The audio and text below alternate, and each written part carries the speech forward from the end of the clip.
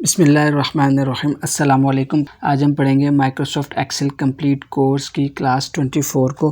तो मैं Excel open कर लेता हूँ। देखिए मेरे पास एक डेटाबेस ओपन है कंपनी का। तो लास्ट टाइम हमने जो क्या किया था, होम के टैब के अंदर ये फाइंड एंड सर्च के ऑप्शंस के अंदर हमने क्या कर लिया, फाइंड वाला पढ़ लिया था, रिप्लेस वाला पढ़ लिया था। आज हम देखेंगे कि हम गो टू स्पेशल को, फार्मूला कमेंट, इन सब चीज़ों को कैसे यूज़ कर सकते हैं।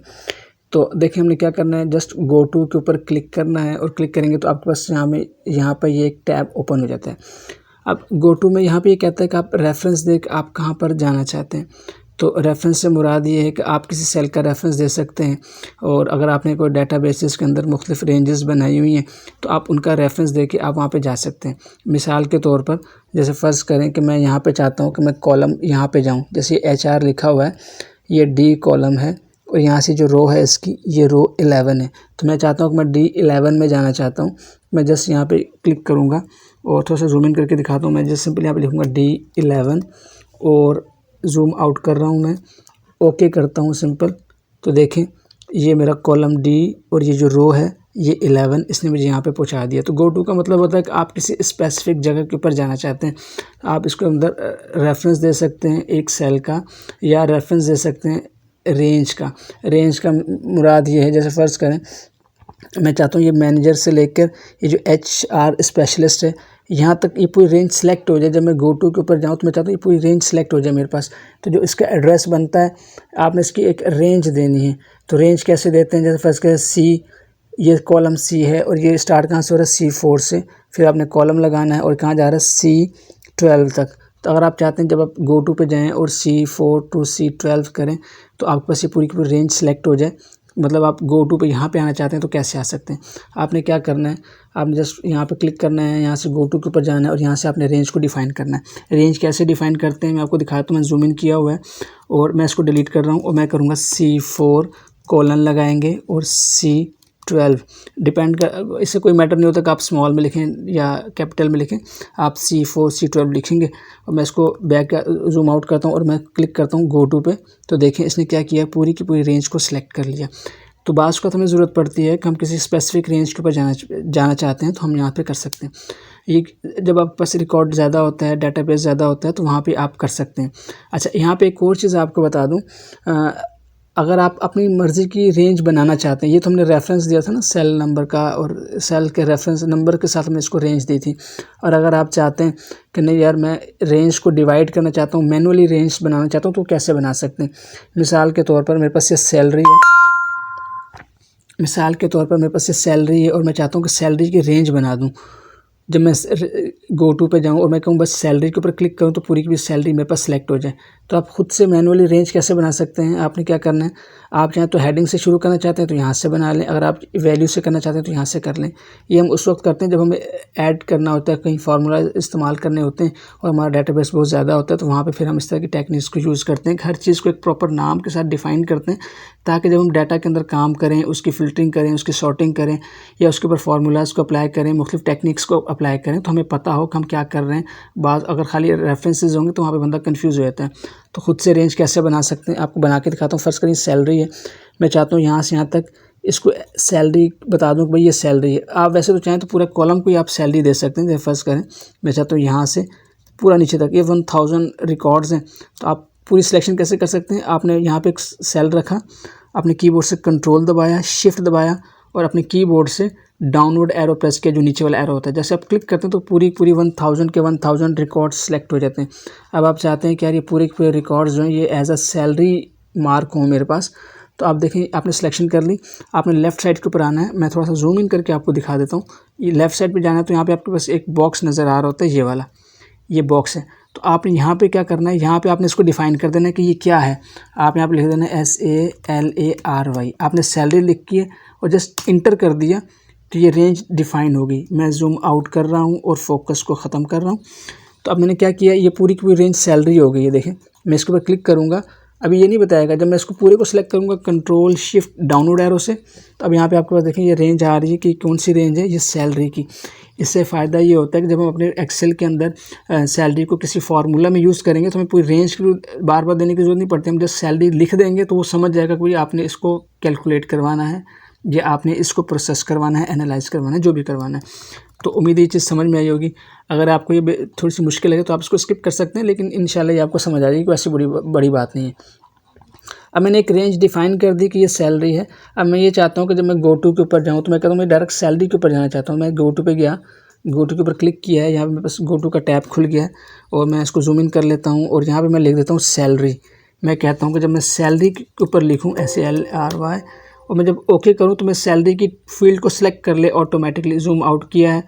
और अब देखिएगा आप क्या होता है, जब मैं सैलरी के ऊपर क्लिक करूँगा तो इस पूरे को सिलेक्ट कर लेगा। मैं किया ओके तो देखिए इसने पूरी की पूरी रेंज सेलेक्ट कर ली। तो इस तरह से आप गो टू के ज़रिए से आप गो टू को यूज़ करके आप जा सकते हैं मुख्तलिफ किसी भी लोकेशन के ऊपर। तो उम्मीद है इस चीज़ से आपको समझ में आई होगी। अगर आप बिगनर हैं तो हो सकता है आपको ये चीज़ ऐसी लगेगा, इम्पोर्टेंट नहीं है, लेकिन अगर आप जैसे जैसे एक्सेल के अंदर काम करेंगे और लार्ज डाटा के ऊपर काम करना शुरू करेंगे तो तब आपको इसकी अहमियत का अंदाज़ा होगा। अच्छा, आगे देख लेते हैं। गो टू में गया। अब गो टू के अंदर एक ऑप्शन होता है गो टू स्पेशल। आप यहाँ पे गो टू के ऊपर जाते हैं, यहाँ पे भी आपके पास एक टैब बना होता है, इसको कहते हैं गो टू स्पेशल। ये वाला देखें गो टू स्पेशल, अगर आप यहाँ पे क्लिक करते हैं तो तब भी आप क्या होगा कि आप गो टू स्पेशल के टैब में चले जाएंगे। तो मैं इसको फोकस ख़त्म करता हूँ, मैं कहता हूँ गो टू स्पेशल, तो आपके पास ये टैब ओपन हो जाता है। जूम इन कर लेते हैं। इसके अंदर मुख्तलिफ ऑप्शन हैं कि आप कमेंट पे जाना चाहते हैं, कॉन्स्टेंट पे जाना चाहते हैं, फार्मूलाज पे जाना चाहते हैं और ब्लैंक के ऊपर, ये सब चीज़ें आपके पास डिफाइंड है, आप जिस पे जाना चाहें जा सकते हैं। मैं चाहता हूँ कि कमेंट के ऊपर जाऊँ। देखें मैंने यहाँ पे कमेंट लगाया हुआ है, आपको इसको क्लोज कर रहा हूँ, यहाँ पे दिखा रहा हूँ। देखें इस मैनेजर के ऊपर मैंने एक कमेंट लगाया हुआ है। कमेंट क्या लगाया हुआ है कि टेम्प्रेरी टिल न्यू अपॉइंटमेंट, कि जो मैनेजर है ये टेम्प्रेरी बनाया हुआ है जब तक कि कोई नया अपॉइंट नहीं होता इनकी जगह पे, मतलब एक इजाफी बंदा है जिसको एक एडिशनल चार्ज दिया हुआ है मैनेजर का। ये मैंने एक कमेंट लिख दिया। बाज़ का कंपनीज़ में ज़रूरत पड़ती है कि एक बंदा छोड़ के चला गया है, उसकी जगह पर टेम्प्रेरी किसी को कोई टास्क असाइन कर देते हैं कि आपने अपनी ड्यूटीज़ के साथ ये भी सेकेंडरी टास्क भी परफॉर्म करने हैं। तो इस तरह से आप एक कमेंट लगा सकते हैं। तो आप मुख्तलिफ कमेंट्स लगा सकते हैं, यहाँ पे लगाएं, सैलरी पे लगाएं, किसी भी जगह पे कमेंट लगा सकते हैं। कमेंट कैसे लगाते हैं आपको तरीका बताता हूँ, वैसे हम इंशाल्लाह आगे डिटेल से पढ़ेंगे। लेकिन अगर आप कहीं कमेंट यूज़ करना चाहते हैं तो आपने जस्ट इसको सिलेक्ट करना है, सेल को सिलेक्ट करेंगे, आप रिव्यू पे जाएंगे और रिव्यू पे जाने के बाद यहाँ पे क्या ऑप्शन आता है कमेंट का। आप कमेंट के ऊपर क्लिक करेंगे तो आपके पास छोटा सा डायलॉग बॉक्स ओपन होता है। तो यहाँ पे आप लिख सकते हैं जो भी आप कमेंट लिखना चाहते हैं। तो फर्स्ट करें मैं लिख लेता हूँ। यहाँ पे आपको नाम आ रहा होगा, क्योंकि मैंने मेरे कंप्यूटर का नाम मोहम्मद शहबाज रखा हुआ है तो PC का नाम आ रहा होगा। तो इससे ये पता चलता है कि किस बंदे ने इसके अंदर कमेंट लिखा है। बाज़ का ऐसा होता है कि एक कंप्यूटर के अंदर मल्टीपल लोग अकाउंट्स यूज़ करते हैं, मल्टीपल यूज़र नेम क्रिएट किए हुए होते हैं। तो जब नाम आ रहा होता है यूज़र नेम का तो उससे पता चलता है कि भाई किस यूज़र ने ये कमेंट अप्लाई किया है, मतलब एडमिनिस्ट्रेटर ने किया है या मैनेजर ने किया है या किसी बड़े अथॉरिटी ने किया है या किसी जो भी इसके अंदर कमेंट एडिट करेगा उसके यहाँ पर नाम आ रहा होगा। तो मैं यहाँ पर लिख देता हूँ कि ये भी लेता हूँ टेम्प्रेरी अपॉइंटमेंट में PP आई थिंक होता है, लिख दिया। तो ओह सॉरी, ये लिख दिया। तो फिलहाल ही मैंने कमेंट एक डमी कमेंट लिख दिया। ये देखिए कमेंट, जब कमेंट होता है तो उसके बाद एक छोटा सा यहाँ पे ट्रायंगल सा बन जाता है, एक सेल के ऊपर देखिए छोटा सा ट्रायंगल बन जाता है। इससे पता चलता है कि ये कमेंट है। तो जब आप इसके ऊपर माउस लेके जाते हैं जस्ट तो आपको ये कमेंट यहाँ पे दिखा देता है। देखिए ये कमेंट दिखा रहा है, ये कमेंट दिखा रहा है। तो अब क्या करते हैं कि हम होम में जाते हैं और यहाँ से फाइंड एंड रिप्लेस में जाके गो टू में जाते हैं या गो टू स्पेशल में जाते हैं, तभी वो खुल जाएगा। अब मैं चाहता हूँ जहाँ पे कमेंट लगा है वहाँ पे ले जाओ। मैं कमेंट को सिलेक्ट करता हूँ और ओके करता हूँ। देखिए पूरी शीट को सिलेक्ट कर लिया, ऐसे नहीं, दोबारा जाते हैं। सॉरी मैं अच्छा, अब मैं चाहता हूँ जहाँ पे कमेंट लगा है वहाँ पे चले जाए। तो आपने क्या करना है, जस्ट फाइंड एंड रिप्लेस में जाना है, गो टू स्पेशल में जाना है। तो आप देखें यहाँ पे कमेंट लगा। अब मैं ये चाहता हूँ कि मैं जब कमेंट के ऊपर मूव करना चाहता हूँ, बाज़ का तो अगर एक बड़ा डॉक्यूमेंट है उसमें मुख्तलिफ जगह पे कमेंट्स लगे हुए और आप चाहते हैं जस्ट कमेंट के ऊपर मूव करना, तो आपने जस्ट क्या करना है, फाइंड के ऊपर जाना है, यहाँ से गो टू स्पेशल में जाना है, यहाँ से कमेंट को चूज़ करना है और नेक्स्ट करना है। तो देखें इसने हाईलाइट कर दिए, ये भी कमेंट है, ये भी कमेंट है। तो इस तरह से आपके डॉक्यूमेंट में जितने कमेंट्स लगे होंगे वो सारे के सारे हाईलाइट हो जाएंगे। तो फिर आपको अंदाज़ा हो जाएगा हाँ भाई कौन सा सारे कमेंट्स नज़र आ जाएंगे एक ही दफ़ा में। फिर आप जिसको एडिट करना चाहते हैं, जिसको जाना चाहते हैं, वहाँ पर आप जा सकते हैं और वहाँ पे जाने के बाद आप उसको एडिट कर सकते हैं। अगर फ़र्ज़ करें आप यहाँ पे चले गए और आपने कमेंट को एडिट करना है, तो आपने जस्ट इसके ऊपर राइट क्लिक करना है और यहाँ पे आपके पास एक ऑप्शन मिल जाता है एडिट। यहाँ से डिलीट कमेंट भी कर सकते हैं और एडिट कमेंट करेंगे तब भी आपके पास यहाँ पे एडिटिंग का ऑप्शन मिल जाता है। आप इसको एडिट कर सकते हैं या चाहें तो डिलीट कर सकते हैं। तो इसी तरह से आप दोबारा गो टू के ऊपर जाते हैं, गो टू स्पेशल में जाते हैं। आपने कहा कॉन्स्टेंट के ऊपर जाना है, तो कॉन्स्टेंट वैल्यूज़ होती हैं, तमाम वैल्यूज़ को सिलेक्ट कर लेगा। फार्मूला के ऊपर जाना है तो मैं फार्मूला के ऊपर किया।